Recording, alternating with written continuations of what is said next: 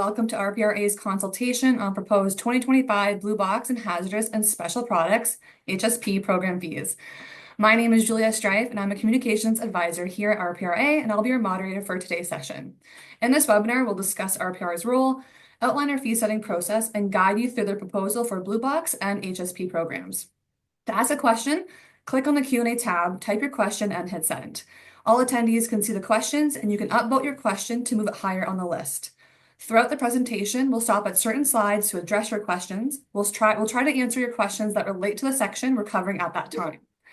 If we don't get to your question, or it's about your own situation, please email us at consultations@rpra.ca. This webinar is now being recorded, and both the recording and presentation slides will be posted on our website and YouTube channel later today. Now I'll pass it over to Cam to begin today's presentation. Thank you. Thanks, Julia. Thanks everyone for joining today, taking the time to learn more about our fees and hopefully provide us with some good feedback as part of this consultation. So my name is Cameron Parrack. I'm the Director of Programs and Stakeholder Relations here at the Resource Productivity and Recovery Authority. You can see that we're joined today by a few other staff. You've already met Julia. Stacey Bowman, our Manager of Data Analytics, Policy and Research, is going to be presenting later on in the consultation webinar, and Zoe Barless, our Policy Analyst, is supporting behind the scenes with helping provide responses to any of your questions if she can, or at least flagging them for us to answer as part of this webinar. Lots of content to get through with both Blue Box and HSP fees to cover, so we will answer some more critical questions along the way, but we're going to try and punt as many to the end of the consultation when we know we've got lots of time to address them. So we also acknowledge that this group, there might be some new producers or folks who are new to us. So we're going to set some baseline levels of information, and our goal this year as part of the webinar and the consultation is clarity, helping folks understand how we set the fees and what your fees are paying for. So I'll get right into it. RPRA is a regulator mandated by the Ontario government to do really two main things. One is to support the transition to a circular economy by winding up our legacy waste diversion programs that formerly operated under the WDTA and continue to operate in the case of Stewardship Ontario's Blue Box program, and transition producers over to the RRCEA, or the Resource Recovery and Circular Economy Act. We've also received a mandate to build digital reporting services for the province's excess soil and hazardous waste programs operating under the Environmental Protection Act. And for those programs, RPRA is more of a service provider, supporting registrants to fulfill their compliance obligations, but the ministry retains their compliance enforcement powers for those programs. And as a reminder, we're an administrative authority of the Government of Ontario, which means we don't receive any government funds. We're a cost recovery organization that funds our operations through fees charged to regulated parties. Next slide, please. So the scope of the proposal today, we're going to be talking about Blue Box program fees and HSP, or Hazardous and Special Program fees. We've been hosting program-specific webinars for the last few weeks. Hopefully you're in the right place, and if not, there's still another opportunity later this week, I think it's tomorrow, to participate in a batteries, ITT, and lighting specific webinar. But this one's for Blue Box and HSP fees. The fees are being proposed in advance of the calendar year in which they will apply. So these are the fees you're going to pay when you do your supply reporting next year in spring 2025. Final RPRA program fees will be posted on December 1st and will take effect on January 1st, 2025. That's if everything goes to plan. Our 2025 budget is the starting point for 2025 fee setting, and our budget and our plans for the business planning period. So budget for 2025 and forecasts for 26 and 2027, and all of the planned activities that we intend to take on are described in our 2025 business plan, which is available on our website. Let's go to the next slide, please. So just in terms of our process, our legislative framework requires us to consult on program fees for 45 days. And once we've set our fees, they need to be posted for 30 days in advance of them coming into effect. So hence our December 1st target for posting, and then Jan 1, 2025 effective date is that's our target. This consultation launched at the end of September and will run for 45 days until November 12th. You can send all of your feedback to consultations@ripra.ca anytime before the consultation end date of November 12th, 2024. This recording and all the other recordings from previous webinars are going to be available on our consultation webpage. We encourage you to have a look. That's where the main proposal is posted, along with the presentation materials from each program-specific webinar, including today's, which will likely be posted either tomorrow or sometime later this week. Also, all the feedback we receive is considered in our final decision-making or recommendations to our board. We summarize all that great feedback that we've received in our consultation report, which will also be posted once the final fees are ready to be shared publicly sometime around December 1st. And if you participated in this webinar by providing us with feedback or participating in a consultation webinar, you'll be notified directly of the availability of the fees and of the availability of the consultation report. And we encourage folks to have a look at the consultation webpage, which has all of our open consultations, including this one. Next slide, please. Okay, so a key question is, why do I have there's a mistake. So it's not why, what do RPRA's tires fee supports, what do the blue box and HSP fee support? So there's some main buckets or that the fees contribute to. Mainly it's the delivery of our mandate, which is, the government of Ontario's mandate is to develop and maintain registries so you can report information that you have requirements to report into the authority. We're required to operate those registries and support registrants. So that's making sure that the registries are functioning, and that if you have questions, whether it's in terms of how to use the registry, how to report, or questions about your obligations, that we have frontline registry services staff to support you. Your fees also support compliance and enforcement of resource recovery requirements, both on the producer and service provider sides. They support public reporting of registry data and public reporting of RPRA's compliance activities. And fees also support the oversight of the operation of the windup of legacy waste diversion programs. So that's Stewardship Ontario, Ontario Tire Stewardship, Ontario Electronic Stewardship, and the windup of the programs themselves. We also recently took on the exercise of developing a strategic plan. Now, this is more of a long-term planning document over the next 5 years, so it goes beyond our normal annual business plan. And the strategic plan sets our strategic goals and objectives that the organization plans to, or that will guide our operations into the medium term over the next 4 years. And those strategic goals and objectives also flow into our business plan. Next slide, please. So what are those goals? What are we here to do? Well, we want to establish accessible registry services that provide value to registrants. We intend to provide effective enforcement that supports waste reduction and a healthy resource recovery sector.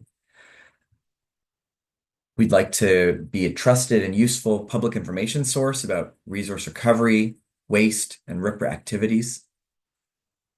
We intend to have a connected culture where employees can grow and do meaningful work, and maintain robust internal systems and processes that remain innovative and adaptable to change. So those are our overarching strategic goals that are in our strategic plan and in this year's 2025 RPRA business plan. And all of the planned activities that we are going to take on each year really are guided by those high-level goals.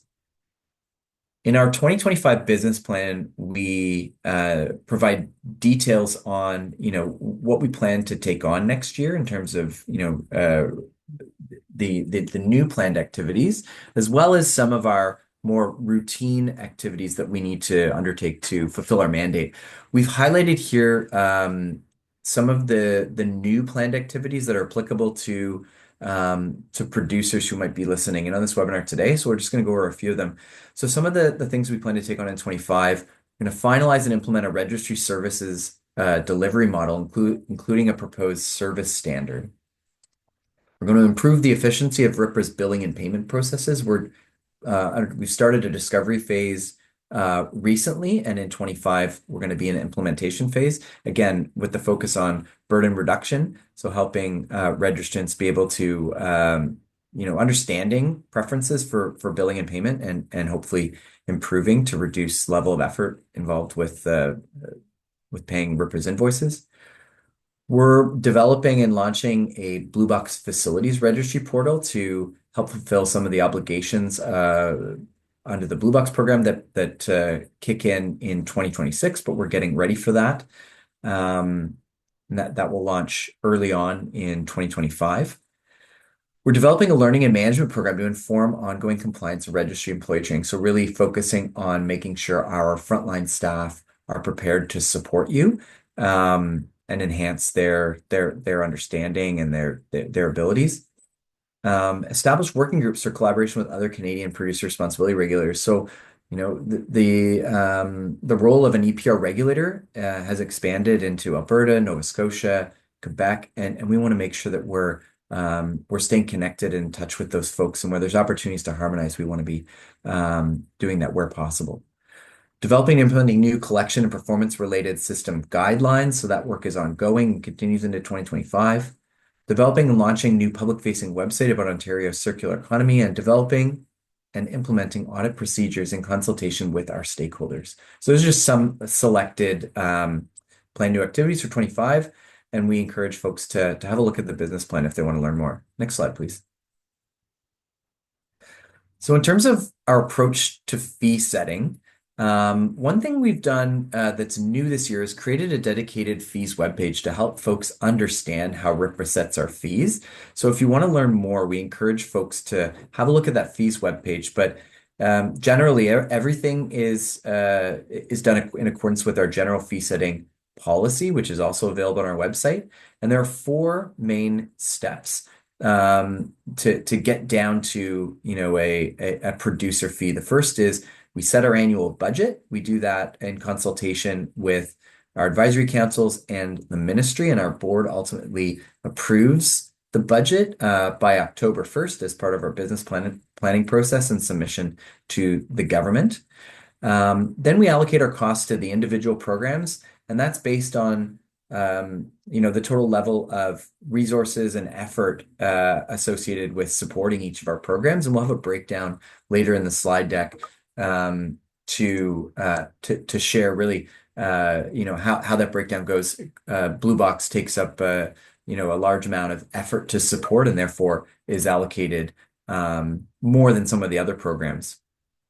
Then we subtract or add each individual program's surplus or deficit incurred in previous years, and we'll talk about how we do that and the impact on this year's fee setting further on the presentation. And then we apply each program's fee model. Some programs how we set fees is a little bit different, and we'll be focusing in on Blue Box and HSP fees today. So next slide, please. Now, in terms of our cost allocation methodology, we aim to set a cost recovery target to fairly recover the costs related to each program. We want to avoid registrants from one program subsidizing the costs of another program. And how we do this are by determining the direct costs that are attributable to each specific program. So if we need to build in this case, a Blue Box facilities portal that's specific to the Blue Box program, only Blue Box registrants will pay for that. That's a direct cost. Another cost is building, the foundational costs of building a registry, and that cost is amortized over a number of years, and there is interest accrued over time. That is also a direct cost that's borne by only those program registrants. We also have common costs, so we can't directly attribute those costs to a program, as they are either indirect costs or shared service costs. We divide those costs up amongst the programs by, as I mentioned on the previous slide, using key cost drivers such as number of registrants in a program or number of producers in one of our CEA producer responsibility programs. Now, common costs also include indirect costs, so things like board remuneration, non-registry amortization costs, so leadership costs for our leadership and certain administrative salaries and office supplies. And then we have shared service costs like staff salaries and benefits. So those staff that perhaps support all of our programs like finance or communications. There's also an annual contribution to RPRA's contingency reserve, which is allocated to each program based on the program's share of total budgeted cost recovery. So um, we have the ability through our operating agreement with the Ministry of Environment Conservation and Parks to maintain a contingency reserve of up to 50%. But that doesn't mean of our 50% of our annual budget, but that doesn't mean we need to. And this year, as per our noted in our business plan, we're targeting a maintenance of a 38% contingency reserve. Let's go to the next slide, please. Just highlighting that RPRA has three main revenue sources. The first is through our CEA programs. The second is through a digital reporting service program, so excess soil and hazardous waste. And the third is our WDTA program. So, Stewardship Ontario continues to operate as municipalities transition and over to the RRCEA throughout 2024 and continuing on throughout 2025. And there are ongoing fees charged to the IFOs during the liquidation process as RPRA continues to oversight the wind up and corporate liquidation of Ontario Tire Stewardship and Ontario Electronic Stewardship, and we'll continue to do that for ESSO, for Stewardship Ontario, following the operational transition, so into 2026. Those costs will eventually be driven down to zero as the remaining programs are terminated and wound up. Okay, next slide, please.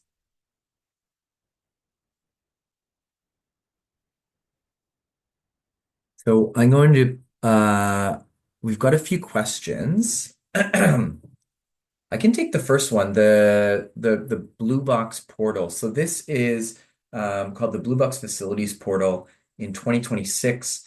There are a number of special facilities, multi-res buildings, long-term care homes, retirement homes, and public and private schools that are eligible to be included in the common collection system. And that's who's going to be using that portal once it's built in early 2025. I hope that helps to answer your question. Have RPRA finalized on the use of administrative penalties that were collected the start of the year and feedback sought from producers on best use? So that's a little bit out of scope of this consultation, but what I can say is we have not yet collected any administrative penalties. We've issued a few administrative penalties, and you can learn more about administrative penalties on from our website, including all of the compliance orders issued and APs and the status of those and the amounts. So that information is available. In terms of the consultation, yes, we hosted consultation to gather feedback on how RPRA should use administrative penalty funds if we are to collect those. That consultation or the decision by our board has not yet been finalized. We're still in the process of developing a policy, and once it has been finalized, we'll communicate that publicly. But thanks for the question. You mentioned working on making invoice payments easier. Are you looking at invoicing the pro who represents the producer and is already reporting on the producer's behalf so that all invoices related to Blue Box program are easier to track for the producer? So we did issue a survey that went out to sampling of registrants to collect information. This was one of the questions that we asked. I don't want to this is getting a bit off track for the fees consultation, but we are open to learning more about how to make this process easier for our registrants, including considering adding new types of billing contacts, like an authorized representative who would receive notifications about RPRA invoices, which could be not just your main RPRA account administrator, could be a internal billing contact from your finance department, or it could be from an external organization like a consulting firm or a pro who supports you in fulfilling your compliance obligations and paying your invoices. So that's all being considered. We're definitely looking for ways to make this process easier on our registrants. Okay, let's move on to the next part of the webinar, and I'm going to turn it over to Stacey to get into some of the details about our HSP and Blue Box fees. Over to you, Stacey. Thanks, Cam. Yeah, we're going to talk about three of those inputs into our fees every year. Excuse me, I'm just getting over a bit of sickness, so apologize for the throat clearing that might occur during this presentation. So I'm going to go through at a high level our 2025 budget, then the cost recovery targets for each program for 2025. And then I'm also going to talk about surplus or deficit applications as applicable in this section. Okay, so firstly, our budget. So our total 2025 budget, which is on the bottom line of this table, is 5% higher than our 2024 budget. And that's primarily to increase resources for the service and administration of our registry and all portals of our registry, and for supporting our compliance and enforcement activities at a level that's required, as well as to finance investments in technology. And the increase, the 5% increase for 2025, is in line with what we forecasted in the 2024 business plan. I'll also note Blue Box resource requirements are actually driving the majority of the increased requirement for producer responsibility programs in 2025. So that's the top line here. The 2025 budgeted revenue for producer responsibility programs is 16.8 million. And that's a 10% increase from 15.2 million in 2024. The budgeted requirement for our excess soil and hazardous waste registry programs on the next line is 9.1 million in 2025 compared to 8.9 million in 2024, which is an increase of 2%. And then you see the WDTA programs further down. And again, as Cam mentioned, that revenue requirement is tracking downwards year over year and will eventually reach zero when all of the legacy programs are wound up. So this shows our 2025 budget compared to our 2024 budget, and it includes both the expenses and revenues, and each of those larger buckets are further broken down into their components. So you can see that the largest increases in terms of individual expense lines are for salaries and benefits, and that's from 11.5 million in 2024 to 12.9 in 2025. Also for registry and IT, going from 4 million in 2024 to 4.4 million in 2025. Excuse me. And that's consistent with the need to resource the Blue Box Facilities portal, which we're launching shortly, and increase the human resources dedicated to Blue Box implementation specifically, as one of the largest and most complex of our programs, as well as to continuously improve the technology that we have to ensure the security and usability of all of our registry portals. So this chart shows our budgeted expenses only, which total 26.1 million for 2025. And this is broken down by percentages. So the lines on the previous table are now colors in the pie chart. And you can see that the largest shares are for salaries and benefits and registry and IT, which also happen to be our biggest increases between 2024 and 2025 in terms of our expenses. And this chart shows our cost allocations per program by percentage. And the split in these allocations is quite similar to what it was last year as well. If you look at the bar at the bottom first, you can see that producer responsibility programs at 62% are allocated the majority of our costs for 2025. And then excess soil and hazardous waste program registries are allocated 33%, with the WDTA oversight program getting 5% of cost allocations for 2025. And if you look at the pie chart, you can see that our hazardous waste program registry and the Blue Box producer responsibility program are the two individual programs that are allocated the greatest share of costs. And that's because of the number of registrants in those programs. They are our largest by far in terms of registrants. In the case of Blue Box, it's also because of the magnitude of direct costs incurred due to the portal build for Blue Box facilities, and the fact that the program requires dedicated resources, so resources allocated solely to its administration and upkeep due to its size and its complexity. The Hazardous and Special Products, HSP program, and Tires producer responsibility programs are in third and fourth in terms of allocated costs. But they have significantly smaller percentages, you can see, of the total revenue requirement compared to Haz Waste and Blue Box. Electronics comes next with 7%, and then batteries, the excess soil registry, and lighting have a small percentage of our costs allocated to them. And again, this is primarily driven by the size of these programs in terms of registrant numbers and the subsequent resources required to deliver them.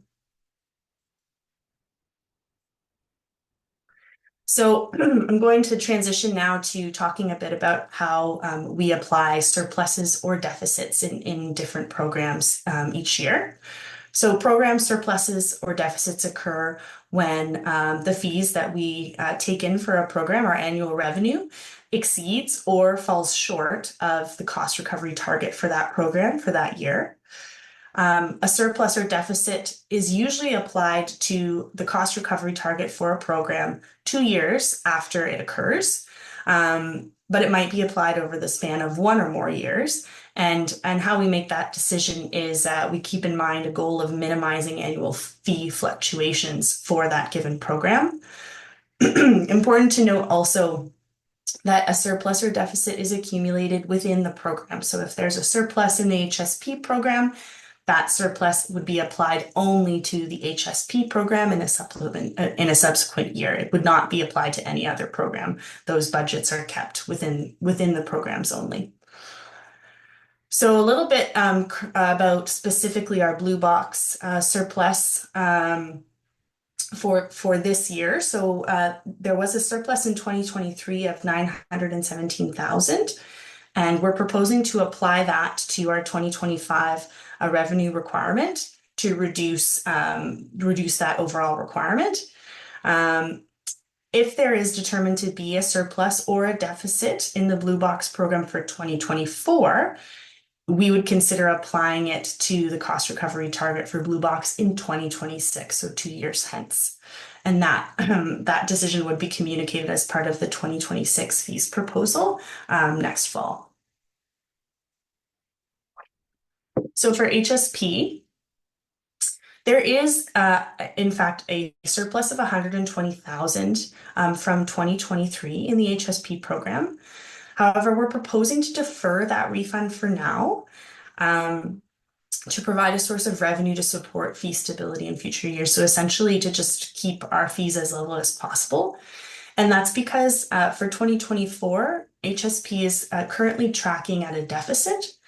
We are still examining and analyzing our supply volume predictions based on reporting that's still ongoing and adjustments still ongoing in our programs for 2024.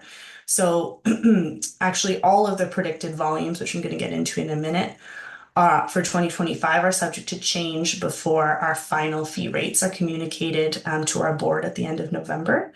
But for now, we've decided that it makes the most sense in terms of fee predictability to not apply that small surplus to our 2025 cost allocation for HSP.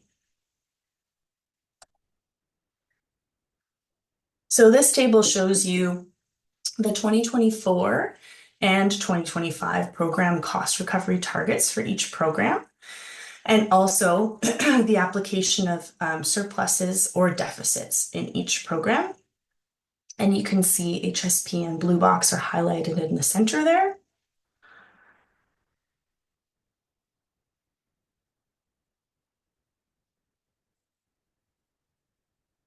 And just to give you a bit of a breakdown here of the HSP program revenue requirement. Excuse me. You can see a breakdown of the revenue requirement for HSP by cost type. So direct costs are costs for program-specific activities. So for HSP, these include the amortization and interest costs of the different HSP material portals. Indirect and shared costs include salaries and benefits for compliance officers and registry support officers, which are shared amongst our programs. The contribution to RPRA's operating reserve and the contribution to the recovery of our startup deficit are also broken out here and are shared amongst all programs. And indirect and shared costs for 2025 borne by all programs also include increased investment in frontline service to ensure compliance, the development of a service delivery standard, and the setting up of service delivery agreements, service level agreements. There's also increased investment in training and development to staff to support improved service delivery, and increased investment in data governance and analytics capabilities.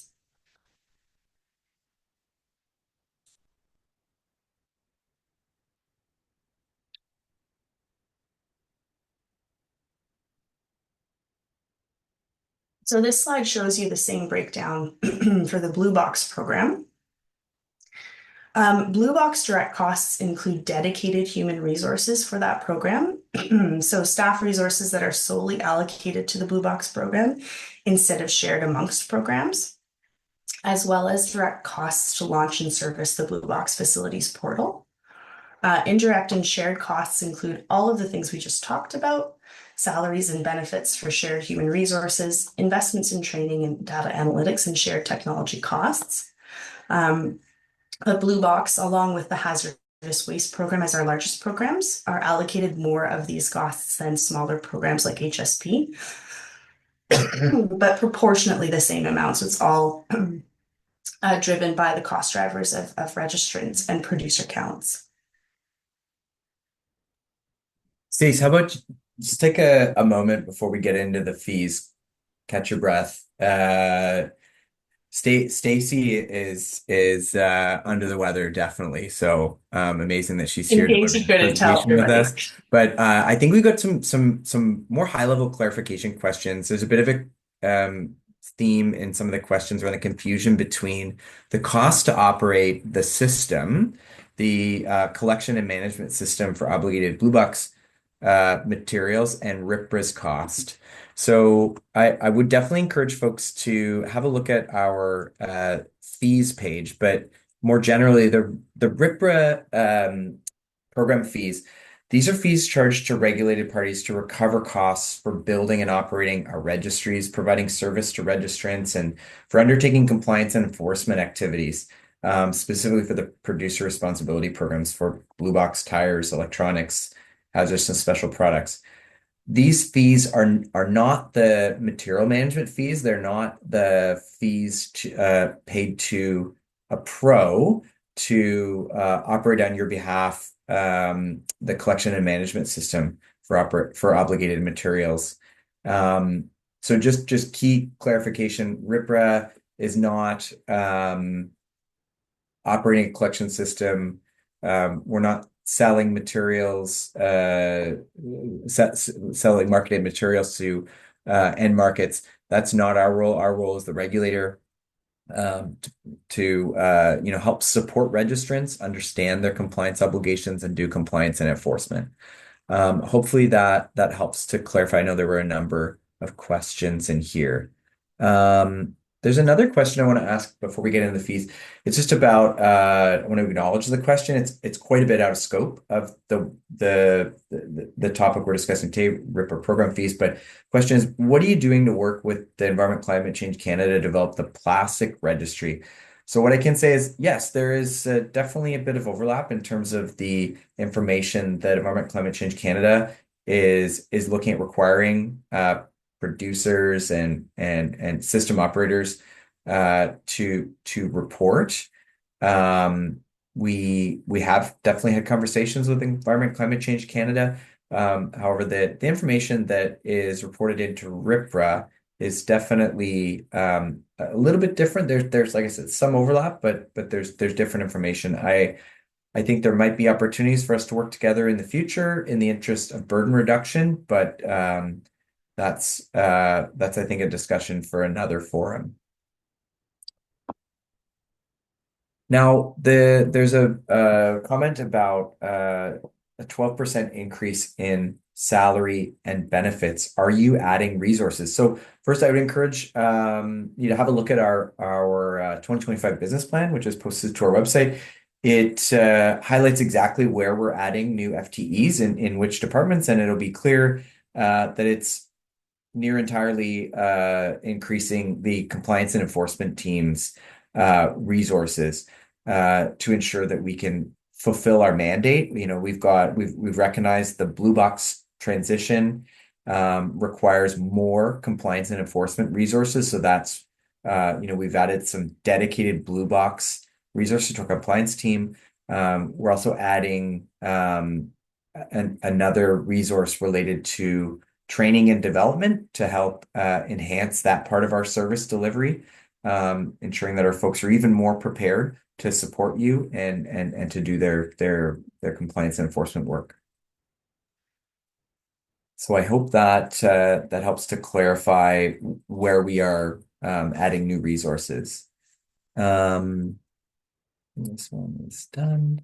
Okay, why don't we go into the next, if you're all ready, Stace, and I'm happy to support the next few slides if you need a break, but let's start off and then we'll see where we're getting. We'll deal with the rest of the questions after we talk about the proposed fees for this year.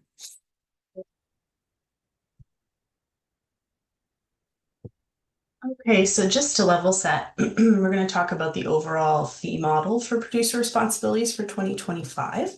So this would apply to both Blue Box and the HSP program. So it's an unchanged model from 2024.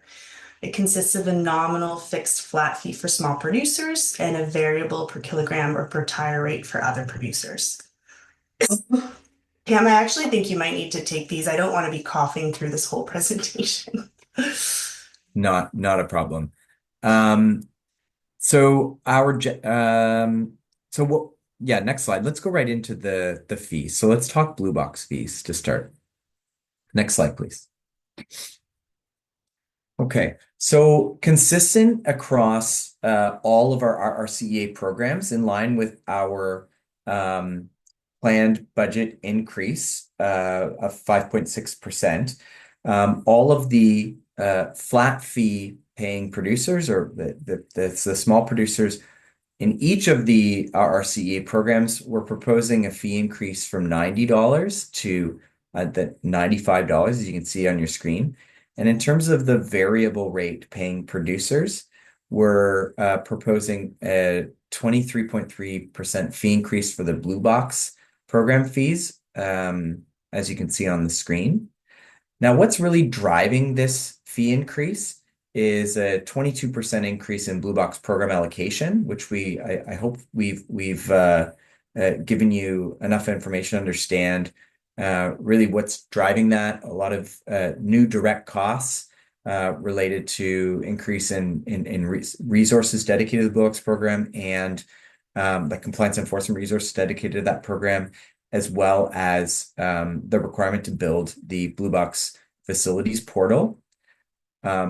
What compounds that increase is we're tracking for a 7% decrease in estimated supplied tonnage. So the producer and volume estimates we use to set the 2025 fees are based on reporting submitted in 2024.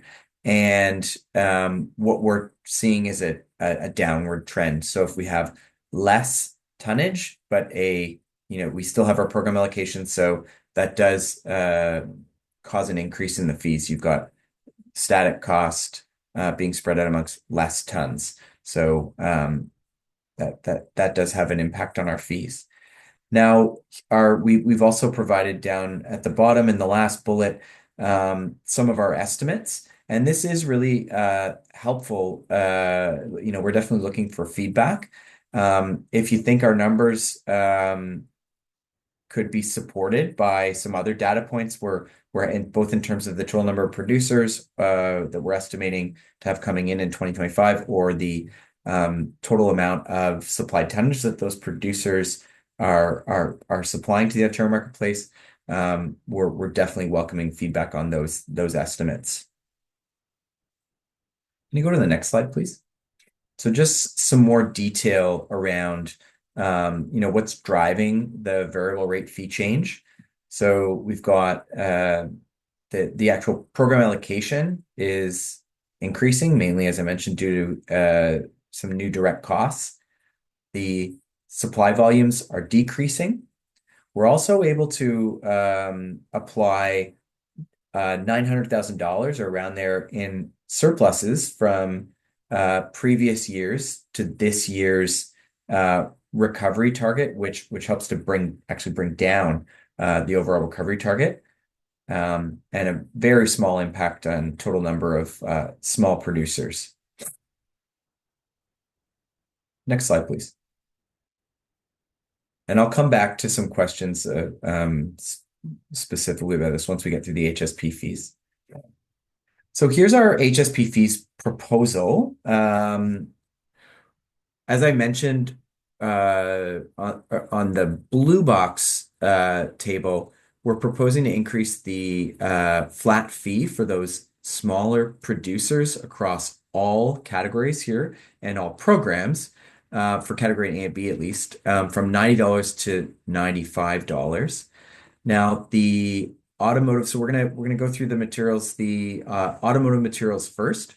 What we're seeing is a 4.4% decrease in the proposed fee from 2024 to 2025. We're seeing a small increase in the oil containers category to 9.5%. From in 2024 there was 9.4 cents per kilo, and now it's up to 10 cents a kilo, or 10.3 cents a kilo. Under the antifreeze category, there's a proposed zero fee increase, so we're gonna hold that program fee the same rate that was charged in 2024. And onto the paints and coatings, solvents, pesticides, and pressurized containers material categories. Same thing with the flat fee going up for the small producers from $90 to $95. And we're seeing a decrease in the fee rate by 16.6%. Now that's largely driven by estimated year-over-year increase in the total volume of supplied tonnage coming into the system. Now, the remaining categories in the HSP program, the mercury-containing barometers, thermometers, and thermostats, category C, we're proposing no change to the $7,500 flat fee for that program, or for those program materials. For the fertilizers, same thing, no proposed change. The flat fee will stay at $1,000, or is proposed to stay at $1,000 per producer. And category E, the refillable propane containers, same thing, no change. $1,000. We're proposing $1,000 flat fee, same as 2024. Next slide, please. Now, really, the key takeaways for the HSP proposed fees are that we're not proposing any fee structure change, so same as 2024. I noted the flat fee increase by about 5.5% for the small producers across all our RCA programs. Now that's to align with our overall budget increase of around 5%. Now, the supply data used to determine the proposed 2025 fees is the average of, so we use a rolling average of 2021, 2022, and 2023 reported information. And, if there's changes as we progress in 2024's supplies, like that'll be incorporated into our estimates as we set 2026 fees. And again, we've provided down at the very bottom bullet and sub-bullets our estimates of supply volumes by program.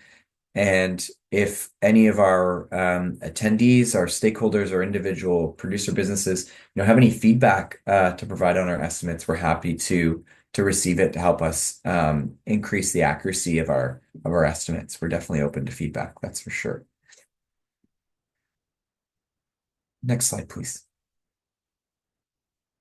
Now, just to break down some of the changes between to further refine the impact. So for the automotive materials, what we've seen is a slight decrease in program allocation, but it's near flat. Same with the supply volumes in the automotive categories. We're seeing some pretty consistent estimates from last year to this year. We're not proposing to apply any amount of surplus, as Stacey highlighted in the previous slides, really due to the desire to keep those fees as predictable as possible. There is a small surplus that's accrued, and we'll consider applying it in future years. But for this year, the predictability of the fee is what we're hoping is welcomed by producers. Now, under the HSP, paints, coatings, solvents, pesticides, non-refillable, and pressurized containers categories, we're seeing, again, a decrease in program allocation by 2.5%. We're seeing a rather large, so an 11% increase in estimated supplied tonnage. And all of that is driving a fee decrease by about 13.5%. Next slide, please. So we're nearing the end of the consultation. We're just I want to get to these questions, and we've got about 12 minutes to go through them.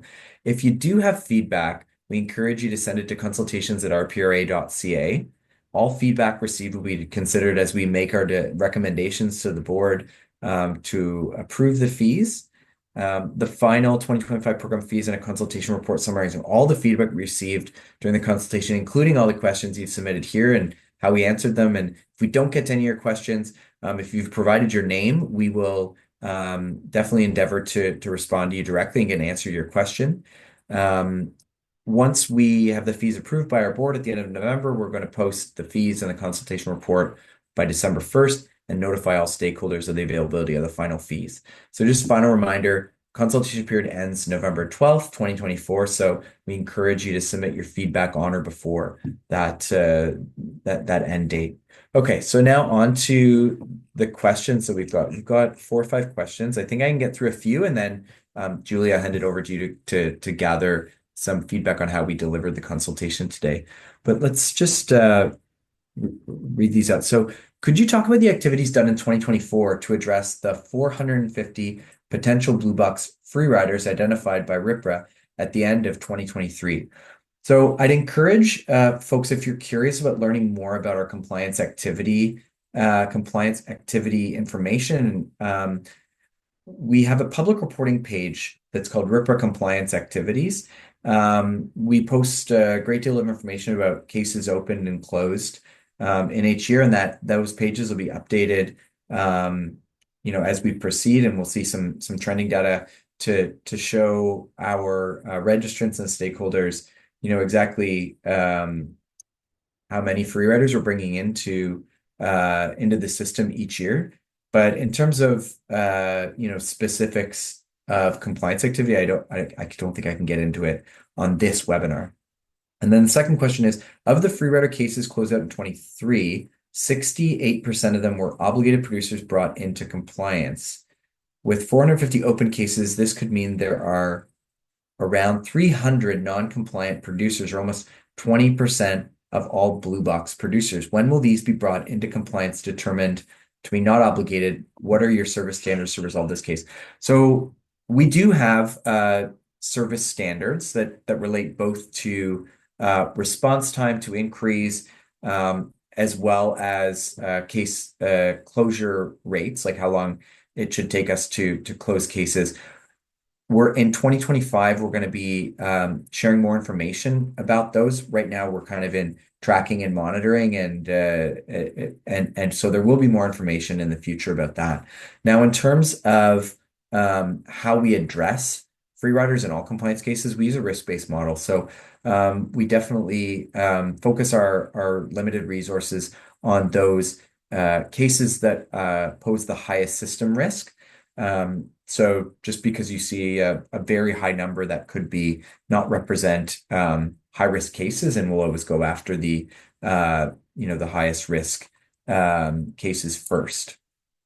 So hopefully that answers your question. If you have further comments, please send them into consultation. That is a bit out of scope of the fees consultation, but it is speaking to our resourcing, and definitely welcoming feedback on how we should be, spending money, or if there's need to increase our resourcing to address issues like that. We'd love to hear that feedback. So the next question is, can you describe what things would look like for a worker at a large organization that now has the responsibility of reporting to RPRA? For example, I've worked at a large fast food chain. What would I need to report regarding recyclable materials disposed? So that's a really good question.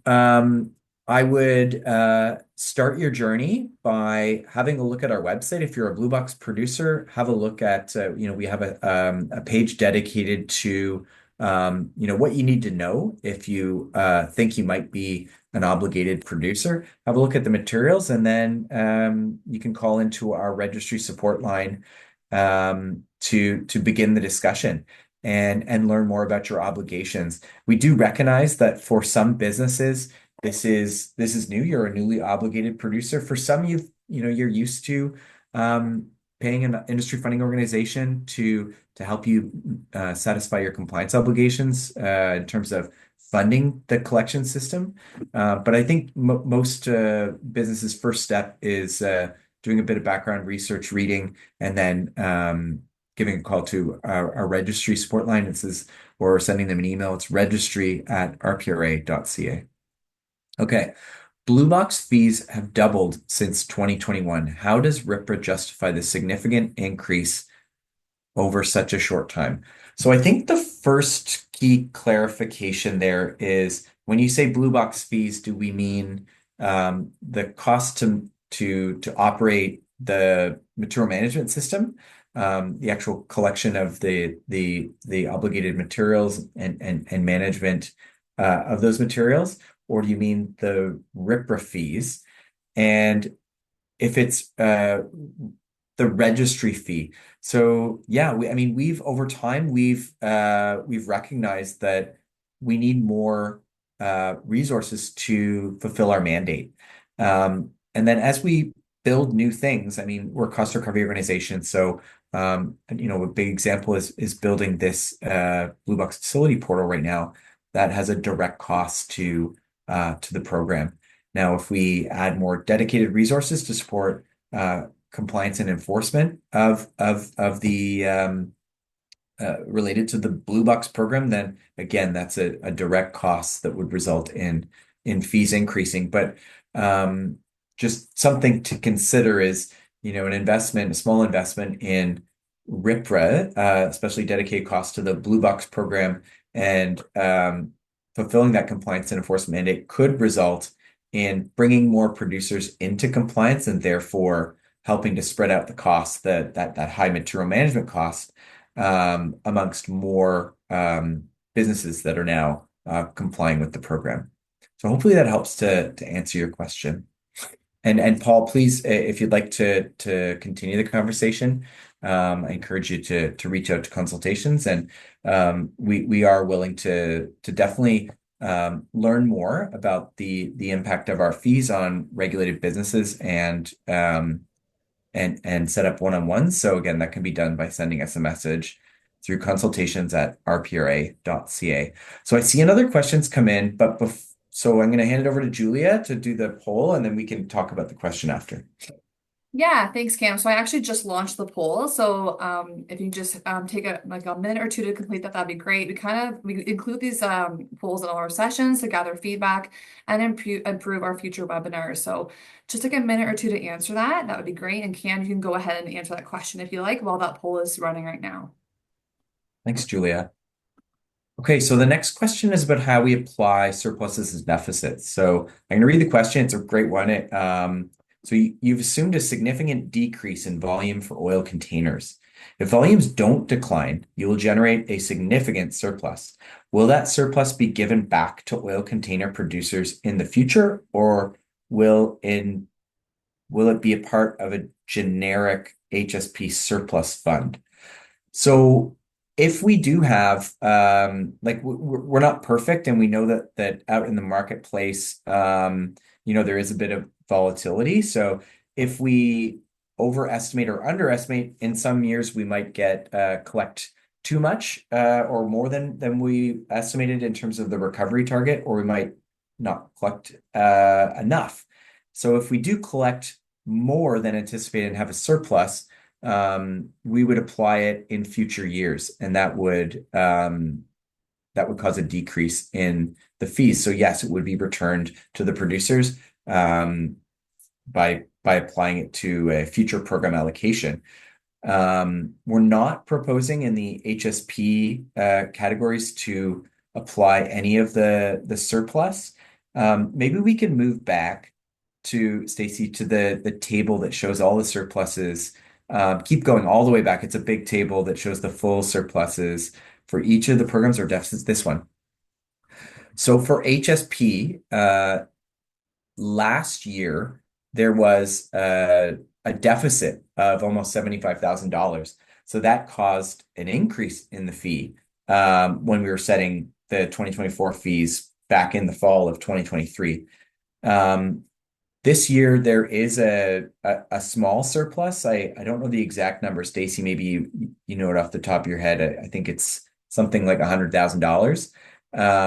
And we've chosen not to apply it this year, just in case in future years, like in 2024, if the program does incur a deficit, we might be able to use that surplus to help mitigate a fee rate change. Or we could help stop a fee rate increase in the upcoming year in 2026 fee setting. So that's how we're hopefully supporting producer businesses by helping create a bit more predictability in the fees across the board. Are surpluses tracked by material, oil containers, or program? Yes, I believe they are. Yeah. Yes. Yeah. I just wanted to clarify that we do track surpluses by material.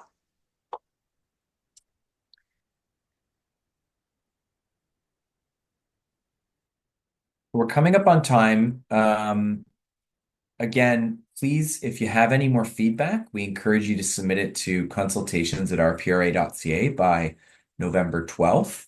And again, we're aiming to have the final fees posted for December 1st, 2024, and that they would take effect Jan 1, 2025. So those would be the rates you're paying when you do your supply reporting next year in 2025. It looks like no more questions are coming in. So maybe Julia, if you'd close out the webinar, and I want to thank everyone for the great questions today, and thanks for your time. Yes, thank you to everyone again. I'm just about to close the poll, so thank you for participating in that. Again, the presentation and recording will be posted on our website and our YouTube channel by the end of day today. Once again, thank you so much, and have a great day.